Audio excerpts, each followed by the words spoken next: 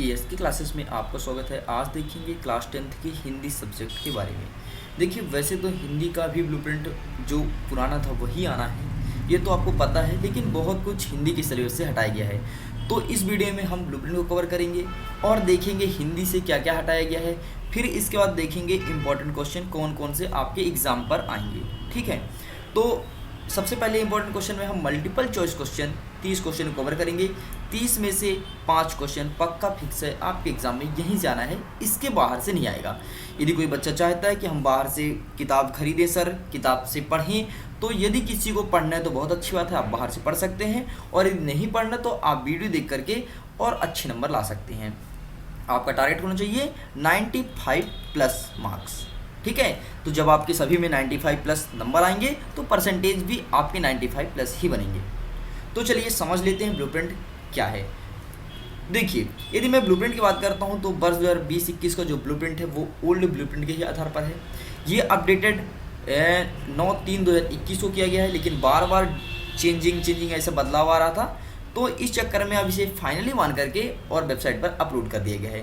तो ये ब्लूप्रिंट मुझे वेबसाइट से मिला है, मैं कहीं और से नहीं निकाला हूँ, ये सीधे वेबसाइट से निकाला गया है। ठीक है, तो देख लीजिए फटाफट किस प्रकार से क्वेश्चन आ रहे हैं। पद्य खंड से आ रहे हैं टोटल 27 नंबर के, और यहीं पर यदि हम गद्य खंड की बात करें तो आ रहा है 23 नंबर का।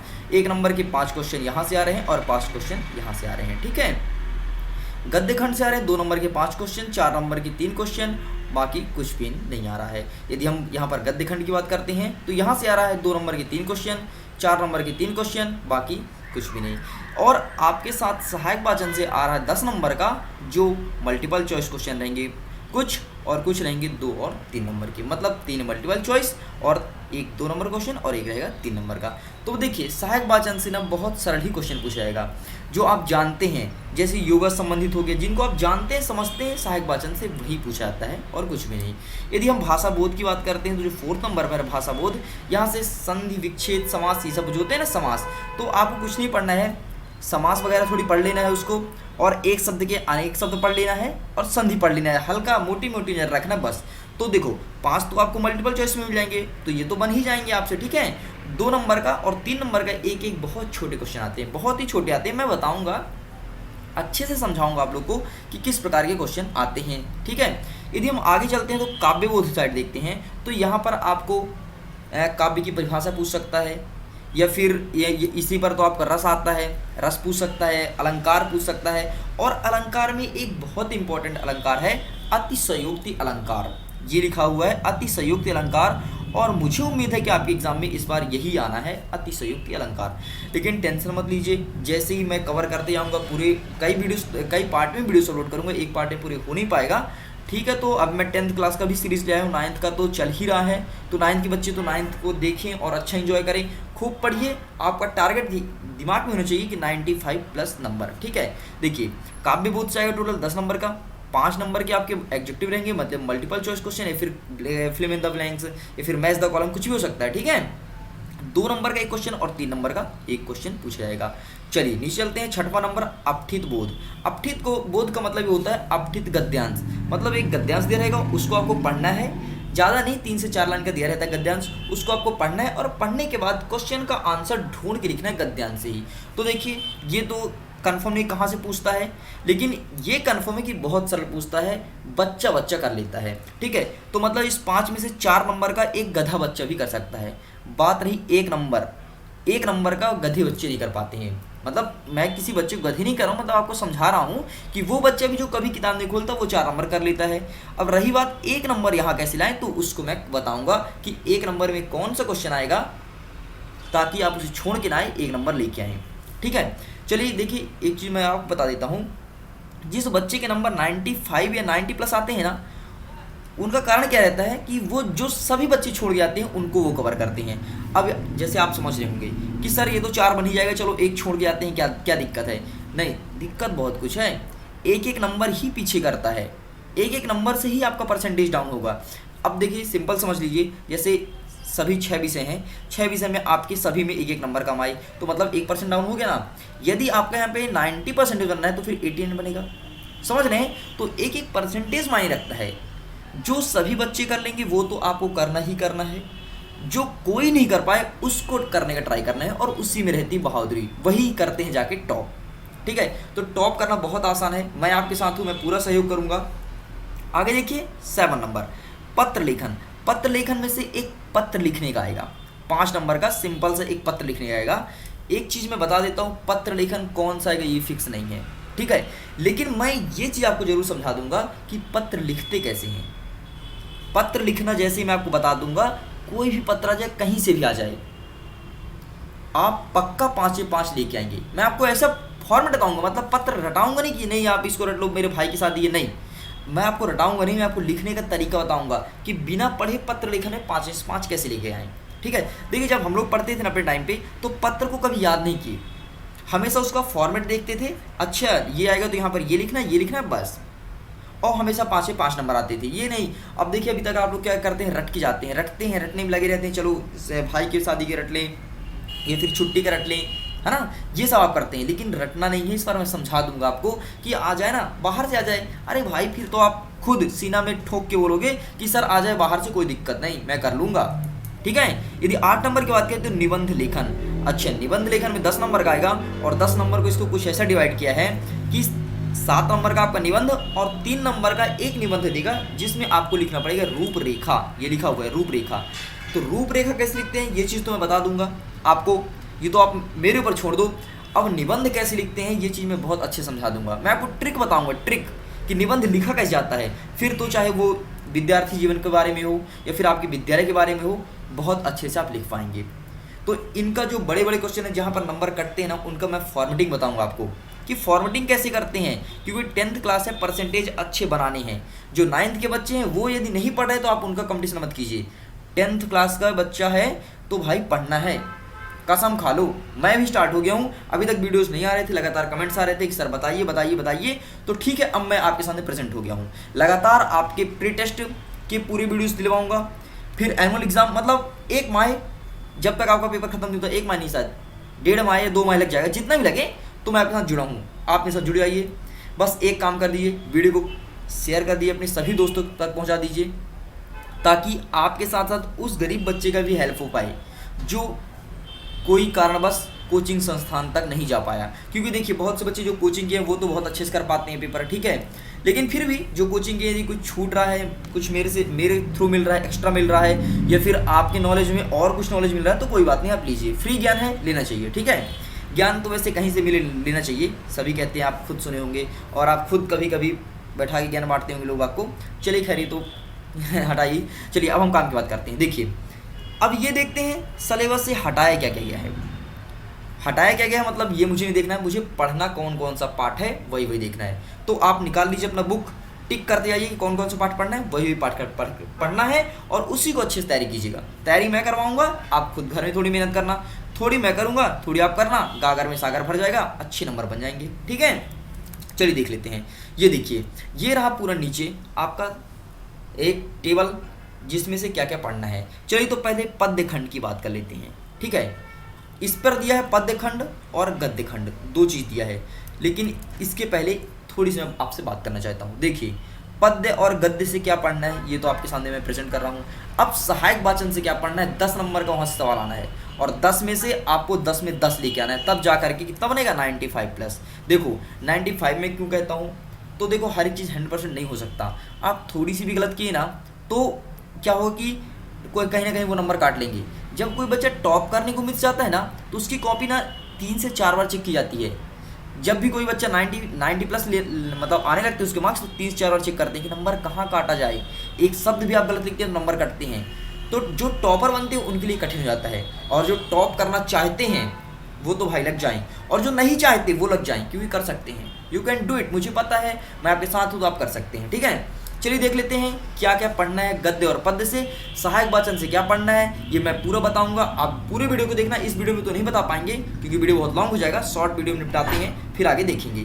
देखिए इसमें हम देखते हैं पहले पद्य खंड से हमें देखना है स्तुति खंड। इसमें भक्ति धारा के बारे में पढ़ना है, ये विधा क्या है, काव्य है, और इसके लेखक कौन है, ये लेखक के बारे में आपको यहाँ से पढ़ना है। फिर दूसरे नंबर पे है सोए हुए बच्चे से, ये पढ़ना है, हरि नारायण व्यास जी लिखे हैं, इनके बारे में आपको संपूर्ण अध्ययन करना है। इसके अलावा यदि हम आगे बात करें तो श्रद्धा, प्रेम और सौंदर्य, जो काव्य है इसको पढ़ना है और इसके लेखक हैं जयशंकर प्रसाद, इसको आपको ध्यान से देखना है। आगे देखते हैं गिरधर की कुंडलियाँ, ये भी एक काव्य है, नीति धारा है, तो इसके लेखक कौन है? गिरधर, इसे भी आपको पढ़ना है। बस इतना ही पढ़ना है, बाकी सब कुछ छोड़ के जाना है। जो जो मैं टिक कर रहा हूँ उसे देखिए, अपने किताब में टिक कर लीजिए क्या क्या पढ़ना है क्या क्या नहीं पढ़ना है। अभी थोड़ी देर पहले एक भाई कमेंट आया कि सर बताइए क्या क्या हटा दिया गया, क्या क्या मुझे पढ़ना है, तो देख लीजिए भाई, आपके लिए ही है, स्पेशली आपकी बात को ध्यान रखते हुए। वैसे इस चीज़ को तो मैं नहीं बताना चाहता था, लेकिन आपने जैसे मैसेज किया मैं तुरंत मैसेज देखा और उस टाइम भी वीडियो का काम चालू था, तो मैं चलो ठीक है बता देते हैं, काम हो जाएगा आपका भी। चलिए इसमें देखिए ऋतु वर्णन, ये देखना है, इसके पद्माकर जी लेखक हैं, इसे भी आपको पढ़ना है। आगे देखिए बोधायन, शौर्य और देश प्रेम के बारे में कहानी है इसमें, और रामधारी सिंह दिनकर जी हैं, तो इसको भी आपको पढ़ना है। फिर आगे देखिए 7वां नंबर जीवन संदेश, ये भी काव्य है, राम नरेश त्रिपाठी जी लेखक हैं, इसे भी आपको अध्ययन करना है। फिर कैसे 8वां और 9वां नंबर है, और ये दोनों पाठ आपके सामने दिया हुआ है, ठीक है, और इनके लेखक का नाम भी है। मतलब आप अभी तक क्या देखे हैं कि पद्य खंड से टोटल 9 पाठ तक के ही क्वेश्चन पूछे जाएंगे। और एक चीज़ बता दूं, जो आपके में लेखक परिचय, कई परिचय का उनके बारे में लिखने के लिए आता है, तो वो भी इन्हीं में से जो 9 हैं, इन्हीं में से कोई 2 आने हैं। अब इसमें से इम्पोर्टेंट क्या क्या ये भी देख लीजिए। तो आप पढ़ लीजिएगा पहले मलिक मोहम्मद जायसी जी को, इनका ध्यान से पढ़ लेना, ठीक है। आगे 2nd नंबर रामधारी सिंह दिनकर, और यदि 3rd नंबर की बात करता हूँ तो जयशंकर प्रसाद, और यदि आप और करना चाहते हैं एक और, तो आप कर लेना सिर्फ और सिर्फ हरिनारायण व्यास जी का। और वेरी इंपॉर्टेंट जो है वो 3 है, मलिक मोहम्मद जायसी जी का, जयशंकर जी का और रामधारी सिंह दिनकर। इन्हीं में से आपको ये 3 तैयार करना है, और 3 में से 2 एग्जाम में देखने को मिलेंगे, ठीक है। तो रेडी हो जाओ, तैयार करने लगो। वैसे मैं लिखने का तरीका बताऊं, क्या कैसे लिखना है, हर एक चीज़ को कवर करेंगे। चलिए आप देख लेते हैं गद्य खंड से कौन कौन से प्रश्न, कौन कौन से पार्ट से पूछेंगे। देखिए पहला नंबर ये परंपरा बनाम आधुनिकता, ठीक है। पहली चूक, सच्चा धर्म एकांकी जो है वहाँ से क्वेश्चन आएगा। बैल की बिक्री, यहाँ से क्वेश्चन आएगा। और भाई ये ज़्यादा इंपॉर्टेंट है, इसे आप लोग ध्यान से पढ़िएगा, यहाँ से ज़्यादातर क्वेश्चन आने की संभावना है इस बार, ठीक है। तेरे घर, यहाँ ये पढ़ लीजिएगा। और थके हुए, और रक्षाबंधन, रक्षाबंधन बहुत अच्छे से पढ़ लेना, यहाँ से क्वेश्चन देखने को मिलेगा, ठीक है। अब देखिए गद्य खंड के कितने हैं, इतने पाठ हैं मात्र, ठीक है। अब इतने में से आपको इन्हीं को अच्छे से पढ़ना है, बाकी और पार्ट को आप ब्रेक कर दीजिए, उसको रहने दीजिए, इन्हीं को आप घर में मेहनत कीजिए, आप बुक में टिक करते जाइए कि यही पार्ट आपको करना है, ठीक है। अब यदि हम बात करते हैं इसमें लेखक और कई परिचय में से क्या पूछा जाएगा, तो इसमें आप पढ़ लीजिएगा हजारी प्रसाद द्विवेदी जी को, बहुत अच्छे से तैयार कीजिएगा, और माखनलाल चतुर्वेदी जी को। मात्र 2 ही हैं, और 2 में से यही दोनों आपको देखने को मिलेगा सेम टू सेम, ठीक। ऐसे कॉपी पेस्ट रहेगा। आप मेरे ऊपर यकीन कीजिए, टेंशन मत लीजिए, जो जो मैं बोलता हूँ सिर्फ उतना कीजिए, यकीनन आप 95+ मार्क्स लेके आएंगे, ठीक है। चलिए अब हम इसके बाद क्या देखते हैं, इसके बाद ये देखते हैं कि मल्टीपल चॉइस क्वेश्चन कौन कौन से पूछे जाएंगे, और उसका सही आंसर मैं आपको बताऊंगा। देखिए आपकी स्क्रीन पर कुछ मल्टीपल चॉइस क्वेश्चन में लेकर के आया हूँ। सही विकल्प है, एक क्वेश्चन है, इसके 4 ऑप्शन है, एक इसका करेक्ट आंसर है, और जो आंसर मैं आपको बताऊंगा वो एक्यूरेट 100% सही आंसर है। वो मेरा खुद से बनाया हुआ नहीं है, या फिर इसमें मैं कुछ अपना एक्स्ट्रा नहीं किया हूँ, ये माध्यमिक शिक्षा मंडल का आंसर है, ठीक है। और ये क्वेश्चन वही क्वेश्चन है जो आपके एग्जाम में आने हैं। मैं इसमें 32 क्वेश्चन आपके लिए लेकर आया हूँ, और 32 में से 5 क्वेश्चन सेम टू सेम, ठीक कॉपी पेस्ट चलेगा, इससे कॉपी करके ठीक आपके मेन एग्जाम पर पेस्ट कर दिया जाएगा, ठीक है। और इसके साथ साथ प्री बोर्ड में जो क्वेश्चन आने हैं पूरे यहीं से आना है, इसके बाहर से कुछ नहीं आना है। बहुत डिमांड था आपको हिंदी का लेकर के आई, हिंदी का लेकर के आई, तो लीजिए आपके सामने प्रेजेंट है हिंदी विषय का। आप देख लेते हैं पहला क्वेश्चन क्या है। हमारा पहला क्वेश्चन कहता है छायावादी युग के प्रवर्तक हैं। छायावादी युग के प्रवर्तक कौन है, तो इसका सही आंसर होगा जयशंकर प्रसाद, ये है छायावादी युग के प्रवर्तक। आगे सेकंड क्वेश्चन क्या कहता है, मैथिली शरण गुप्त की रचना है, जो मैथिली शरण गुप्त जी हैं उनकी रचना इनमें से कौन सा है। ऑप्शन है सुमन, मंजूषा, समर्पण और पंचवटी, तो इसका सही आंसर होगा पंचवटी। आगे देखते हैं क्वेश्चन नंबर 3, सूरदास भक्त हैं, मतलब सूरदास किसके भक्त थे ऐसा पूछा गया है, राम के, शिव के, कृष्ण के या ब्रह्मा के। तो सूरदास जी कृष्ण भक्त थे, सभी को पता है ना, सूरदास जी बहुत बड़े कृष्ण के भक्त थे मेरे दोस्तों, ठीक है। आगे देखते हैं क्वेश्चन नंबर 4 क्या कहता है, आधुनिक मीरा के नाम से प्रसिद्ध है। ये 4 ऑप्शन है, इनमें से कौन आधुनिक मीरा, मतलब आज की मीरा के नाम से जानी जाती हैं। ऑप्शन है उषा प्रियवंदा, सुभद्रा कुमारी चौहान, महादेवी वर्मा और रजनी पनिकर। तो इसका सही आंसर होगा महादेवी वर्मा। इन्हें आधुनिक मीरा के नाम से भी जाना जाता है। आगे देखते हैं क्वेश्चन नंबर 5। प्रकृति के सुकुमार कवि कहलाते हैं।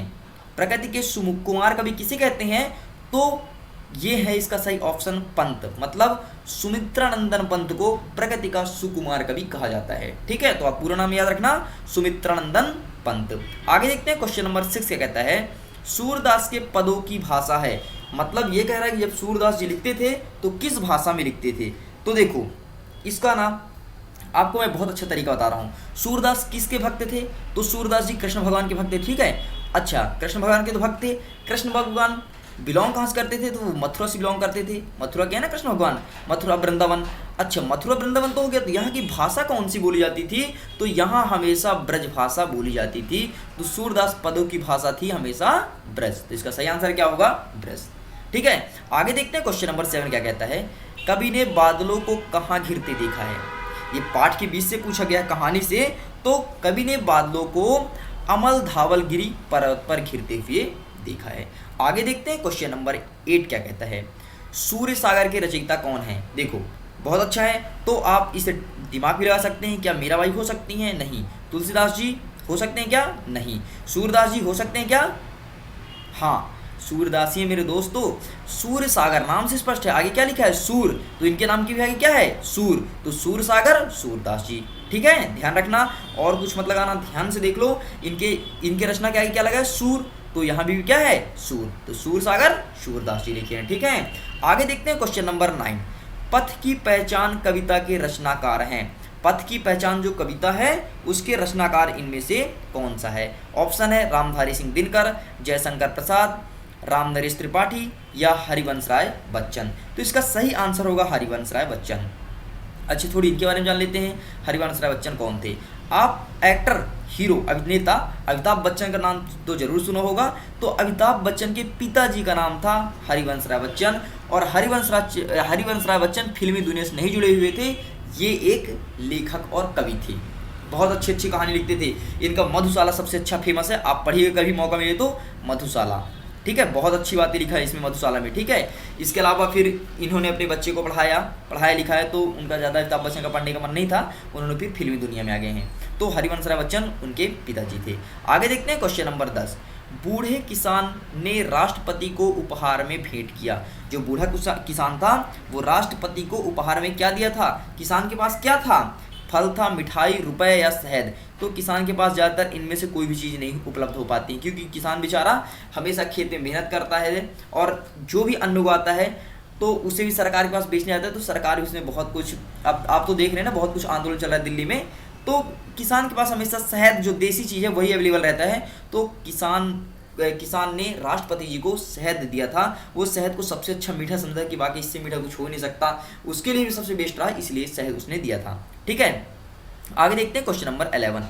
स्वतंत्रता संग्राम के सेनानी पंजाब केसरी थे।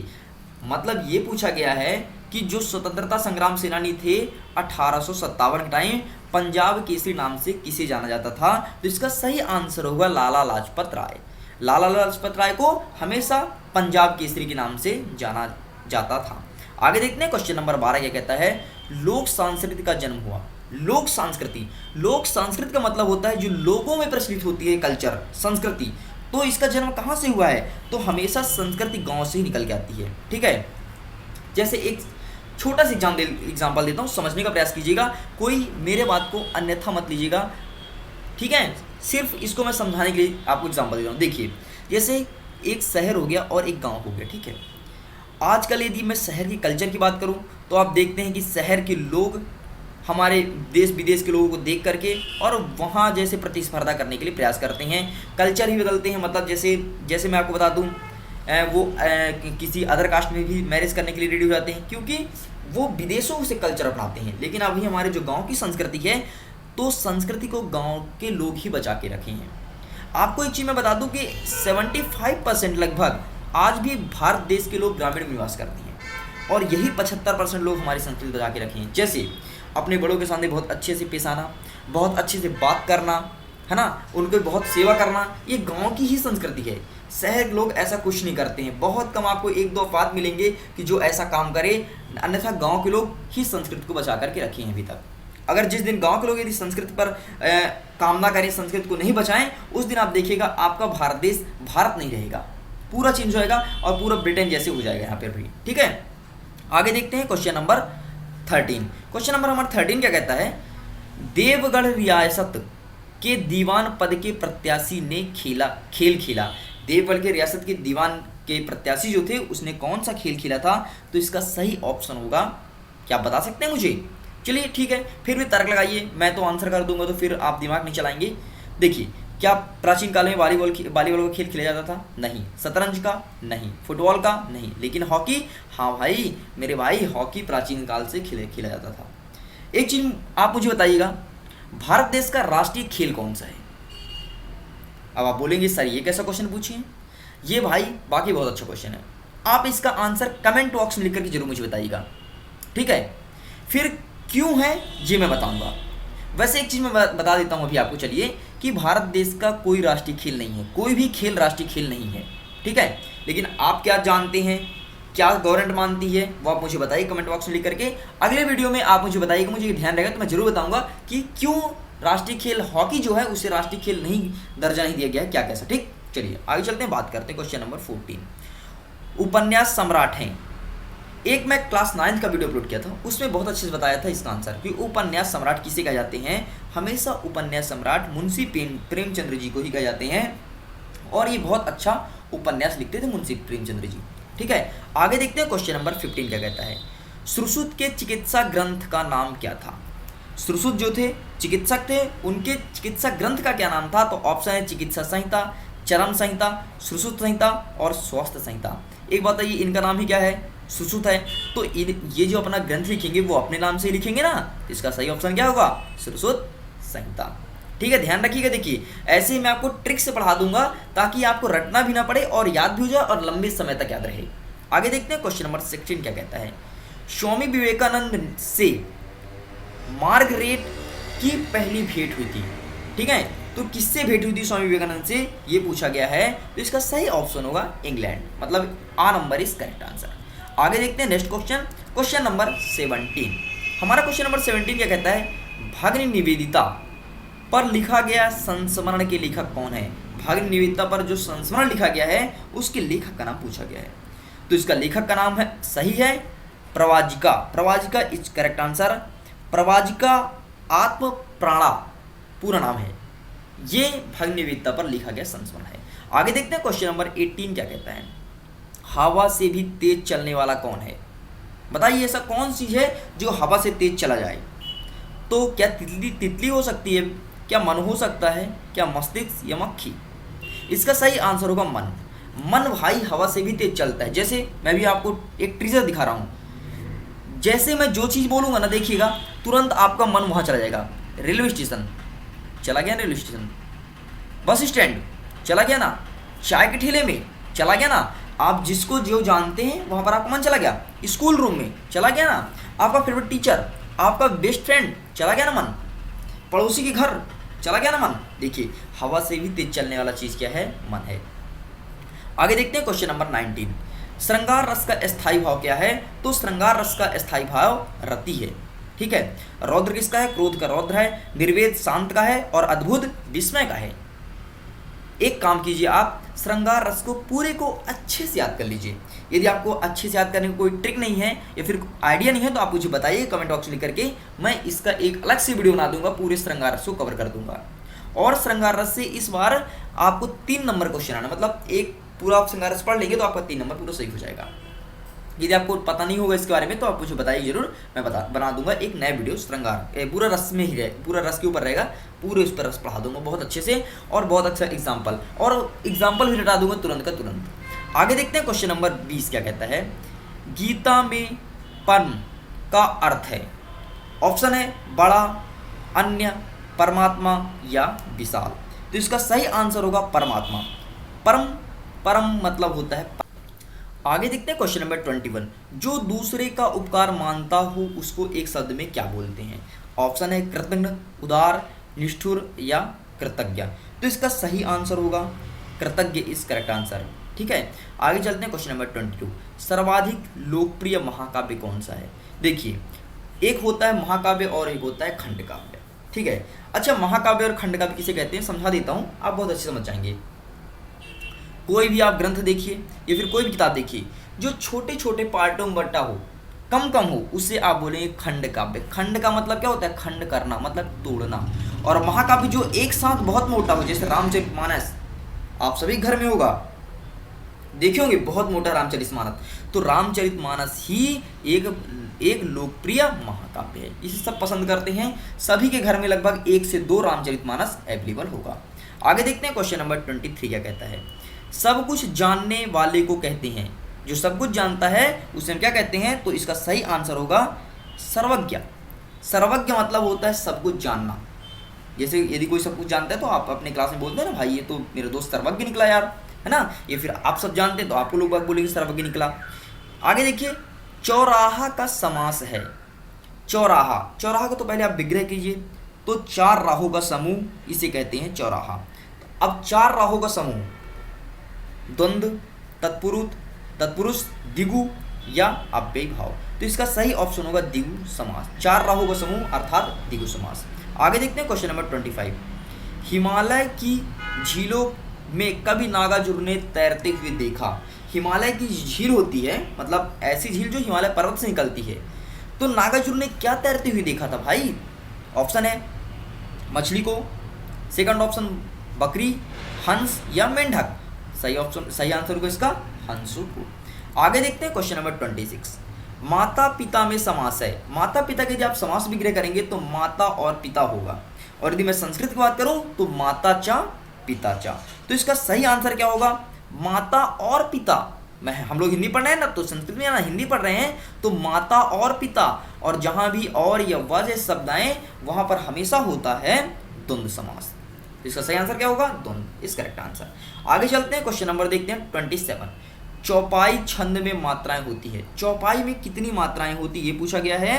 तो चौपाई में हमेशा 16 मात्राएं होती है। ठीक है, ध्यान रखना, जिसमें 16 मात्रा होती है वो हमेशा चौपाई कहलाता है। अब आपको कमेंट बॉक्स में लिख करके ये बताना है, चौपाई में तो 16 होता है, तो सोरठा में कितनी मात्राएं होती है, ये आपको कमेंट बॉक्स में लिख करके बताना है। हाँ, यदि आपको चौपाई बहुत अच्छे से पढ़ना हो मेरे से, तो आप मुझे कमेंट बॉक्स में इसको भी बताइएगा, तो इसका भी एक मैं अलग वीडियो अपलोड कर दूंगा आप लोग के लिए। देखिए, एक चीज़ ध्यान रखिएगा, रस, अलंकार, समास, चौपाई, ये सब रोला सोरठा वगैरह, ये सभी लाइफ टाइम तक काम आने, ना केवल क्लास 10th में, बल्कि 11, 12th और इसके बाद 12th प्लस जो भी आप पढ़ाई करेंगे कॉलेज स्तर पर, सभी जगह काम आनी है। ठीक है, आगे देखते हैं क्वेश्चन नंबर 21। निधनचय बराबर निश्चय में कौन सी संधि का उदाहरण है? अर्थात ये पूछा गया निश्चय कौन सी संधि है, विग्रह करने पर कौन सा पता चलेगा। देखिए, हाँ, पहली बार विग्रह किए तो नी निकला ना, तो नी के बाद क्या है? विसर्ग है ना, तो विसर्ग है मतलब तो विसर्ग संधि होगा ना भाई। जिसमें विग्रह करने पर पहले में हमेशा 2 बिंदु दिया जाए, जैसे इसमें मिला था। जब भी कभी ऐसे आ जाए तो हमेशा ध्यान रखना कि इस पर कौन सा होगा, इस पर होगा विसर्ग संधि। देख लीजिए, मैं हटा दिया हूँ, आपको 2 बिंदु दिख रहा होगा। ठीक है, तो इसमें कौन संधि हुआ? विसर्ग संधि। आगे देखिए क्वेश्चन नंबर 29। हिमालय से क्या आ रही है? पुकार, हुंकार, तुत्कार या चित्कार। हमेशा हिमालय से क्या आ रही है, किताब के बीच से लिया गया है, तो हिमालय से आ रही है पुकार। Question number 30। निंदा की प्रवृत्ति बढ़ती है। ऑप्शन है अधिक सोने से, कर्म क्षीण होने से, ज्यादा खाने से या गीत गाने से। तो इसका सही आंसर होगा कर्म क्षीण होने से निंदा की प्रवृत्ति हमेशा बढ़ती है। आगे देखते हैं क्वेश्चन नंबर 31, ये आपका लास्ट क्वेश्चन है, सॉरी एक और है 32। कवि ने बादलों को कहाँ घिरते देखा है? तो रिपीटेड क्वेश्चन है, सेम, ऊपर इसकी हम बात कर चुके हैं। तो अमल धवलगिरी पर कवि ने बादलों को घिरते देखा है।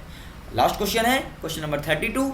ईश्वर पर विश्वास रखने वाले को क्या कहते हैं? जो व्यक्ति ईश्वर पर विश्वास रखता है उसे हम हमेशा क्या बोलते हैं? तो उसे बोलते हैं आस्तिक। आस्तिक मतलब होता है ईश्वर पर विश्वास रखने वाला। अब नास्तिक किसे कहते हैं? जो ईश्वर पर विश्वास नहीं रखता है उसे हम कहते हैं नास्तिक। ठीक है, तो ये पूरे क्वेश्चन रहे आपका, आप इसका स्क्रीनशॉट ले लिए होंगे। ठीक है, और ज़्यादा बेहतर है यदि आप मेरा ओपिनियन माने तो मैं तो ये कहूँगा कि आप कॉपी में लिखें, पढ़ें, और यदि कॉपी में नहीं लिखना तो बार बार वीडियो को देखें। जब भी सोए हैं, खाना खा रहे हैं, तो क्या वीडियो लगा के रख दीजिए, मैं तो बोल बोल पढ़ा रहा हूँ, वो चलते रहेगा, तो आपका बार बार रिवाइज होगा। ठीक है, और इसका सही आंसर क्या है ये नीचे दिया हुआ है। अब हम सेकंड वीडियो लेके आएंगे जिसमें हम देखेंगे खालिस्तानी कितने कितने क्वेश्चन कौन कौन से पूछ जाएंगे। मैं तो खूब सारे क्वेश्चन लेके आऊँगा, उन्हीं में से आना है, उसके बाहर कुछ भी नहीं आना है। ठीक है, तो यदि आपको ये वीडियो पसंद आया हो तो दोस्तों के साथ शेयर जरूर करिएगा, वीडियो को लाइक करके जाइएगा प्लीज़, क्योंकि मैं आपके लिए मेहनत कर रहा हूँ, तो आप भी थोड़ी सी मेहनत कर दीजिए। वैसे लाइक में क्या होता है, लाइक में मुझे मोटिवेट मिलता है।